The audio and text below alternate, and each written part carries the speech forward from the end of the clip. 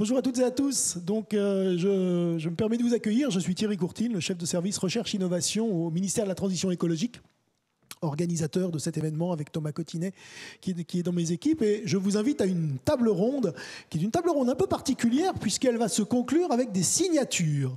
L'objectif étant effectivement d'accueillir avec nous l'IFPEN ou l'IFP Énergie renouvelable, avec aussi le directeur du CEREMA, et puis la présence aussi de BPI France et dans l'aspect Deep Tech, pour avoir effectivement une signature entre deux grands opérateurs qui travaillent sur les sujets de développement durable, de transition écologique, avec BPI France pour accompagner un certain nombre de startups. Donc la chance que nous avons, c'est que nous avons les startups dans la salle et nous allons pouvoir leur parler pour leur dire pourquoi ce type de conventionnement peut être utile pour eux. Mais avant de faire ça, peut-être on va essayer de partager quelques informations sur qui sont les acteurs qui sont présents et ce que recouvre aujourd'hui l'activité du CEREMA, la relation avec l'innovation, avec les startups, pareil avec IFP Énergie renouvelable, et puis on donnera naturellement la parole ensuite sur BPI France avec tous ces enjeux importants sur le financement de la Deep Tech, avec ce plan Deep Tech 2019-2023, et surtout dans un contexte nouveau, France 2030, qui réaccélère encore tout ce dispositif. Voilà la promesse sur les 30 minutes qui viennent. Pascal Berthaud, en tant que président, directeur général du CEREMA, dont nous assurons aussi, je suis désolé, la tutelle.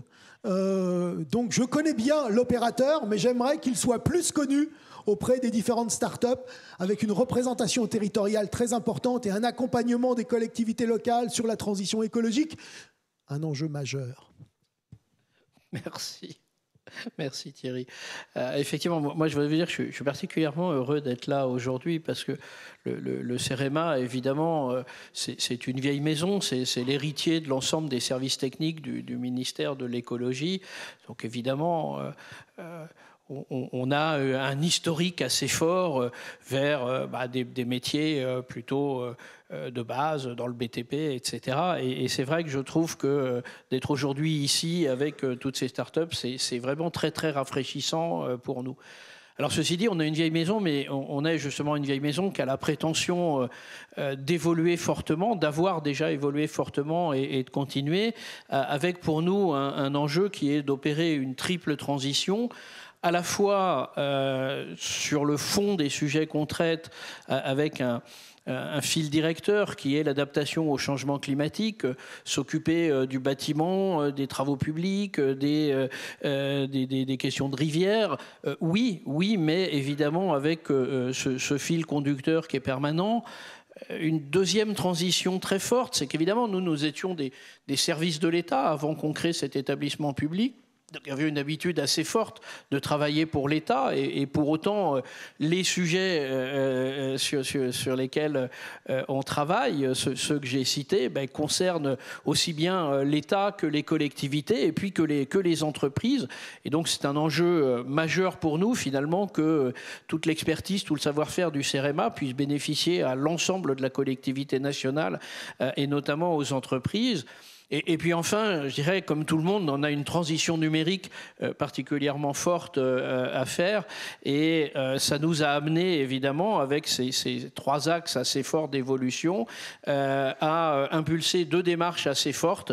D'une part, évidemment, la création d'un Institut Carnot, donc l'Institut Carnot Climadapt, qui est entièrement centré sur le changement climatique, avec cette idée, évidemment, que notre établissement public, les collectivités, les entreprises, on puisse marcher dans la main pour accélérer la transition effectivement dans les territoires. Et à travers Climadapt, évidemment, on vient en appui de beaucoup de PME, de PMI sur justement ces questions de transition, d'adaptation au changement climatique. Alors Climadapt, c'est très bien l'Institut Carnot, mais ça s'adresse plutôt à des entreprises qui sont déjà installées. Et il nous manquait évidemment un outil pour pouvoir travailler avec les startups.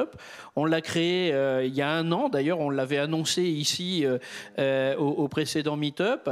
Et donc nous avons lancé CEREMA Lab, donc un incubateur. Nous avons lancé depuis 2 appels à projets un appel à projet national au début de l'année, à laquelle 130 startups ont répondu. Je dois dire qu'on était en fait un petit peu surpris, parce qu'en général, quand on lance des appels à projets de ce type-là, au plan national, on a 20, 30 réponses. Là, évidemment, on avait beaucoup de propositions et le choix n'a pas été facile. Et puis, on a lancé, il y a maintenant 3 mois, un appel à projet régional dans la région Grand Est. Là aussi, effectivement, une trentaine d'entreprises, de start-up ont répondu, ce qui donne quand même, je crois, un élément assez positif, à la fois sur le CEREMA, parce que ne boudons pas notre plaisir, mais surtout sur le fait que sur ces questions justement de la transition écologique, de l'adaptation au changement climatique, eh ben, il y a effectivement énormément de start-up qui se créent. Il y a plein de gens qui ont des bonnes idées, qui se défoncent, et je crois que voilà, c'est revigorant. Je voulais partager ça avec vous, parce que c'est vrai que quand on part dans ce genre de choses, on ne sait pas trop où on va, et là, on est plutôt presque débordé, effectivement, par la quantité d'entreprises, de start-up qui veulent venir. Je crois que ça démontre évidemment un véritable engouement pour ces thèmes-là, et c'est excellent. Et puis évidemment aussi un véritable besoin d'accompagnement par nos experts, par nos moyens techniques. Pour nous, c'est important aussi, je tiens à le dire, parce que bien évidemment, le CEREMA apporte aux startups qui répondent à ces appels à projets, mais ces startups, elles nous apportent beaucoup aussi. Le CEREMA n'a de sens que s'il maintient une expertise de haut niveau. C'est vraiment l'expert national dans les domaines d'activité qu'il a gardé. Et cette expertise de haut niveau, elle ne se fabrique pas toute seule, elle se fabrique aussi justement à travers cette fertilisation avec l'ensemble des entreprises et au premier rang, évidemment, les startups. Donc c'est vraiment cette démarche de CEREMA Lab et ces appels à projets, nous, on le vit vraiment comme quelque chose de gagnant-gagnant et évidemment à développer. Alors évidemment, l'idée, c'est bien d'aller encore plus loin, de travailler en réseau. Et pour cela, évidemment, l'idée, c'est de collaborer résolument avec l'ensemble des acteurs. Et c'est notamment, évidemment, pour ça qu'on va signer une convention avec BPI France, parce qu'on partage les objectifs, on partage les ambitions. Et donc, à travers cette convention, finalement, on va mettre en commun un certain nombre de moyens pour aller plus loin, pour continuer dans cette démarche. Et finalement, faire profiter à l'ensemble de la communauté nationale de cette expertise d'un établissement public qui pour nous, je conclurai là-dessus, est un petit peu l'élément majeur. On considère qu'un établissement public, on vit en grande partie avec l'argent des impôts des Français, que ce soit l'impôt national, l'impôt local. Il faut qu'on rende. Ce que je dis toujours à mes collaborateurs, il faut qu'on rende au pays ce qu'il nous donne.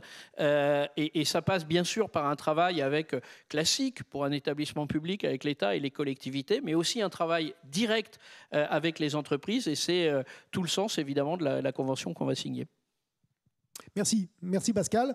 Je donne la parole peut-être à Catherine Rivière, qui est directrice générale adjointe de IFP Énergie renouvelable, pour nous en dire un petit peu plus sur effectivement l'activité de cet opérateur en matière de recherche, en matière de relations avec les startups et l'enjeu justement de cette convention avec BPI. Merci bien. Alors je vais tout de suite dire, c'est IFP Énergie Nouvelle. Je ne sais pas, vous me direz. Nouvelle et renouvelable. Nouvelle déjà. Bon. Alors tout d'abord, j'ai envie de vous dire que je suis absolument ravie d'être parmi vous pour ce meet-up de la Green Tech. C'est ma première intervention dans cette audience-là. Et comme vous l'avez très bien dit, je trouve que ça donne de l'énergie. Et c'est rajeunissant aussi. Donc voilà, je suis absolument ravie d'être là aujourd'hui. Alors quelques mots pour vous dire ce qu'est IFP Énergie Nouvelle. Maison ancienne, et je me retrouve beaucoup dans ce que vous avez dit concernant le CEREMA, maison ancienne créée en 1944. Bien sûr, dans IFP Énergie Nouvelle, le P, c'est le pétrole, c'est l'énergie fossile, pétrole et gaz. Vous dire que nous avons entamé une transformation, aussi une transition depuis une dizaine d'années, pour pouvoir faire en sorte que toutes nos compétences acquises dans le domaine des hydrocarbures, du pétrole, puissent servir à la transition énergétique. C'est bien évidemment une évidence. C'est notre activité majeure, puisqu'aujourd'hui, nous concentrons une grande partie de nos efforts dans le domaine de la recherche et du développement autour des nouvelles technologies de l'énergie, mobilité durable, procédés en termes de procédés pour faire des bioproduits, tenir les enjeux sociétaux des défis climatiques et environnementaux. C'est tout le sens de la transformation que nous avons engagée depuis un certain nombre d'années. Transformation qui, bien évidemment, a pour objectif aussi de faire en sorte que tous les acteurs de l'écosystème soient impliqués. Alors, ce qui caractérise peut-être un petit peu IFP Énergie Nouvelle, c'est l'ADN de nos chercheurs. Nous avons la valorisation des technologies au centre, ancrée dans ce que nous sommes, en fait. Ce n'est pas de simples mots, c'est une vraie réalité, je vais l'illustrer en fait. Valoriser les technologies de tout ce que nous faisons au travers de l'élaboration de procédés, mise sur le marché de services, en lien toujours avec l'écosystème industriel. Ainsi, dans le passé, nous avons créé des entreprises, donc certaines sont aujourd'hui leaders dans leur marché, dans leur domaine. Je pense par exemple à notre filiale Axas, leader dans le domaine des procédés de raffinage, oil and gas, mais aujourd'hui aussi procédés de, par exemple, captage du CO2 et procédés aussi pour faire du biojet, bientôt sur le marché également. Donc valoriser les technologies, c'est pour nous très important avec tous les acteurs. Donc les grands groupes en sont bien sûr des acteurs importants, c'est pour ça que nous tissons des partenariats stratégiques avec des grands groupes, mais aussi, bien sûr, autres acteurs très importants, et c'est pour ça que nous sommes là aujourd'hui, les entreprises plus petites, PME ou start-up, bien sûr. Alors, comment nous faisons? Alors, par rapport aux jeunes entreprises, nous avons deux façons de les accompagner. Nous accompagnons à travers des programmes de R&D, nous les aidons, comme vous l'avez très bien dit, mettant à leur disposition, au travers de partenariats de recherche, nos équipements, les compétences de nos chercheurs, certains de nos produits en pré-développement, mais également nous les accompagnons d'une autre manière à travers notre outil IFP Investissement qui nous permet de prendre des parts au capital de certaines entreprises. Voilà. C'est en ce sens que pour nous, ça fait vraiment aussi partie de notre ADN et que nous continuons à aller dans ce sens-là. Alors je vais l'illustrer au travers de 3 exemples de PME, 2 qui concernent à la fois un accompagnement en termes de R&D, la troisième, R&D et prise de participation au capital d'une entreprise. Donc nous accompagnons Naturamol, qui est une société qui produit et commercialise des molécules naturelles biosourcées destinées au secteur des arômes, des parfums et de la cosmétique, dans l'objectif de mettre au point un procédé d'extraction et de purification d'une molécule nouvelle. Alors là, c'est bien évidemment toute notre histoire dans le domaine des procédés qui est directement utilisée dans l'accompagnement de cette entreprise. Nous collaborons aussi avec Doctibike. Alors pour tous ceux qui ont des vélos à assistance électrique, ça peut vous servir. Hein. Donc j'en ai un, donc je sais que c'est très important. Pour développer des packs de batteries pour les vélos à assistance électrique qui soient à la fois recyclables, réutilisables et récupérables. Ce qui n'est pas rien. Donc pour ces 2 entreprises, nous les accompagnons en termes de recherche. Et le troisième exemple, c'est notre implication dans le GPS du cycliste, qui s'appelle GeoVélo, qui est donc IFPEN. Nous sommes partenaires de la compagnie des mobilités qui met cette application sur le marché, qui le met à disposition des collectivités sur le territoire national. Mais nous avons été aussi un des premiers actionnaires fondateurs de la société. Donc là, double action en termes de R&D et en termes de prise de participation au capital d'une jeune entreprise.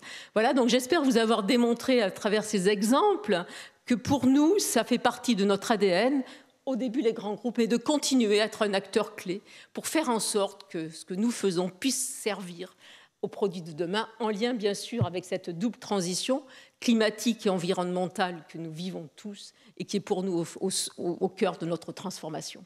Et je suis particulièrement contente de voir ensuite signer cette collaboration avec BPI France, qui donc inscrit bien cela encore plus dans notre ADN, et avec toi, Pascal, que nous connaissons depuis de très nombreuses années.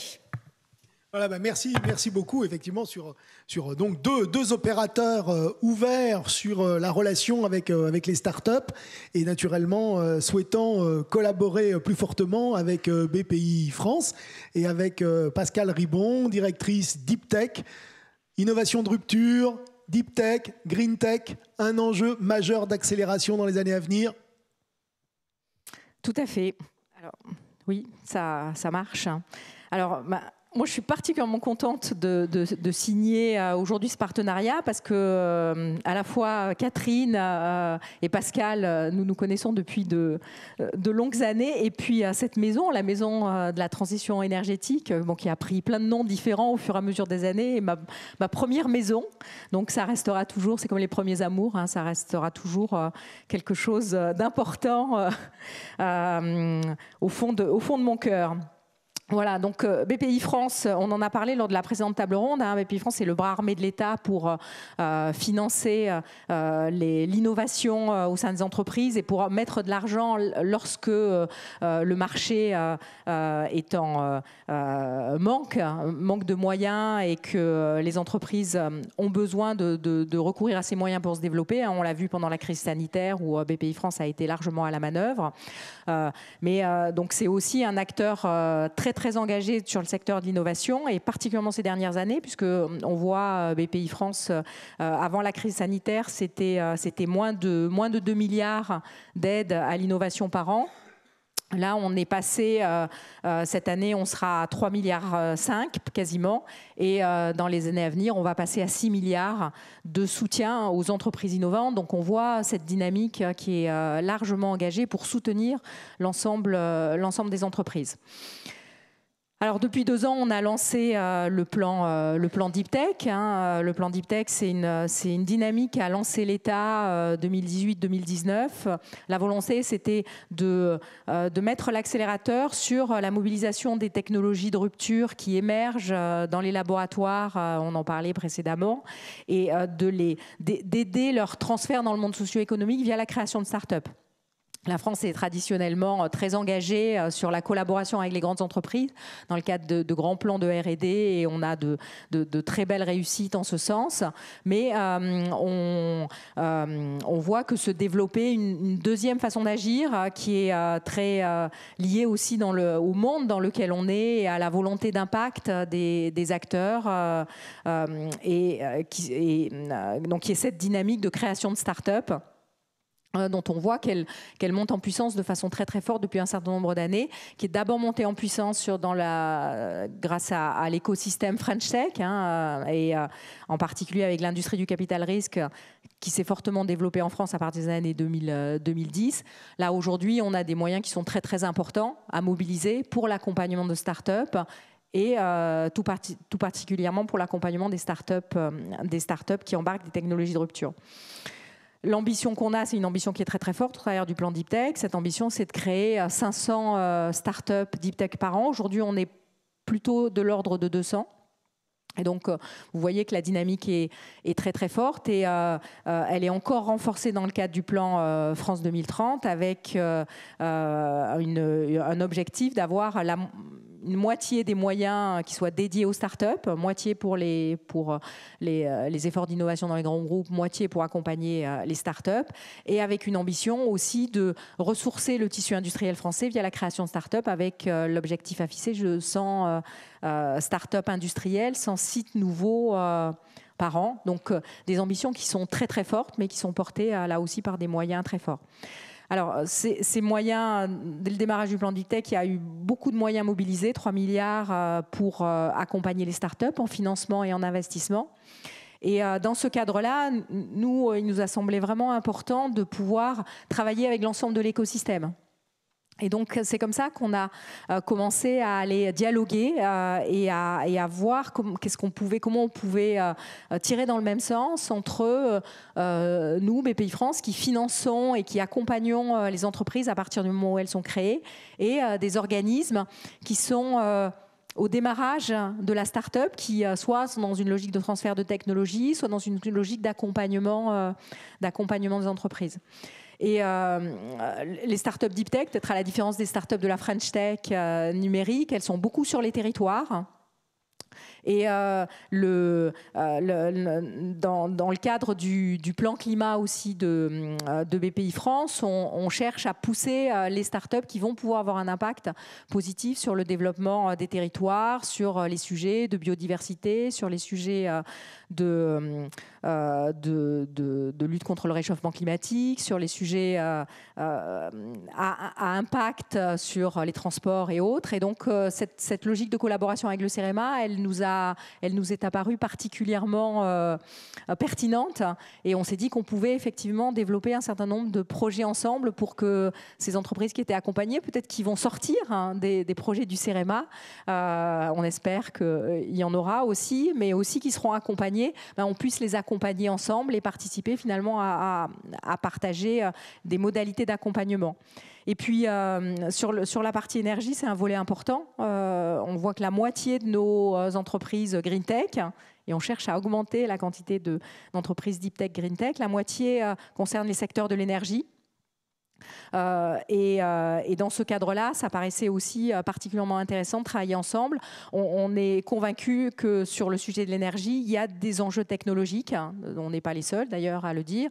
Il y a des sujets qui sont des sujets d'organisation sociale, mais il y a aussi des sujets de rupture technologique. Et donc, ça faisait particulièrement sens aussi pour nous de signer avec l'IFEN et de voir comment travailler ensemble, avoir des pratiques conjointes et pouvoir développer cette partie du transfert, pas à la place du transfert vis-à-vis des grands groupes et de la coopération avec les grands groupes, mais à côté, pour finalement avoir l'ensemble de la palette qui permet d'avoir un impact le plus large possible sur le tissu socio-économique. Merci. Donc on voit un besoin, une envie de coopérer effectivement à votre service, pour vous, les startups d'aujourd'hui, de demain, susceptibles d'avoir envie de grandir, d'être accompagnés avec de l'expertise sur les territoires par le CEREMA, avec les laboratoires de recherche de l'IFP Énergie Nouvelle. Je vais y arriver. Et donc, naturellement, avec aussi la dimension financière et appui d'accompagnement, mais pas que sait faire très bien Bpifrance. Je vous propose peut-être, si vous souhaitez, quelques questions avant qu'on fasse la procédure officielle de signature des parapheurs de la Convention. Est-ce qu'il y a des questions? Est-ce que vous êtes intéressé par ces partenariats? Est-ce que vous avez envie d'en savoir un peu plus? Vous êtes déjà tous épuisés? Non, c'est parce qu'on a été très très clair. C'est ça. Où vous êtes prêts déjà, vous avez les interlocuteurs et vous allez pouvoir les contacter. Écoutez, je vais vous inviter à ce moment-là, on va passer à la procédure de signature. J'invite peut-être donc le CEREMA d'abord. On va se mettre sur la table haute ronde pour essayer de préparer la première signature de convention. Est-ce que le parapheur peut venir jusqu'à nous? Il est là.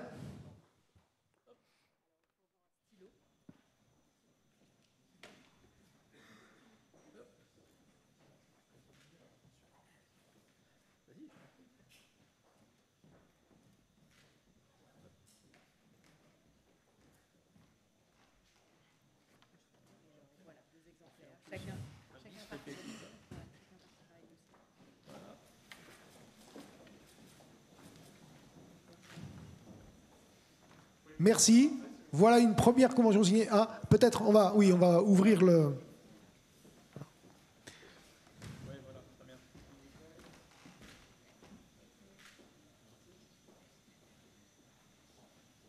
C'est bon? Merci. J'invite la signature de la seconde convention.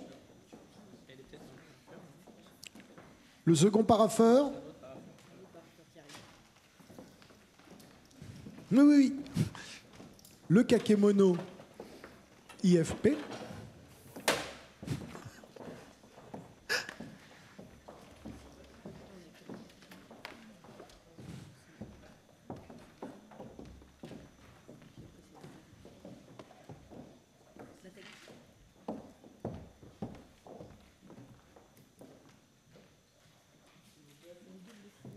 Triple signature.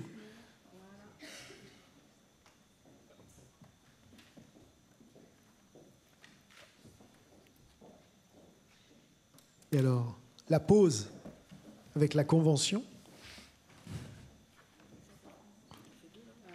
Une des deux? Non? Oui.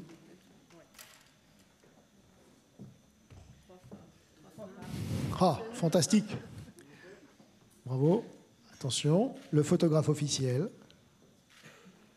Merci. Ben, écoutez, merci à toutes et à tous et merci de saisir cette opportunité d'accompagnement et de convention. Nous terminons à -10. La prochaine table ronde est à 17h. Je vous laisse vous rafraîchir et on se retrouve à 17h.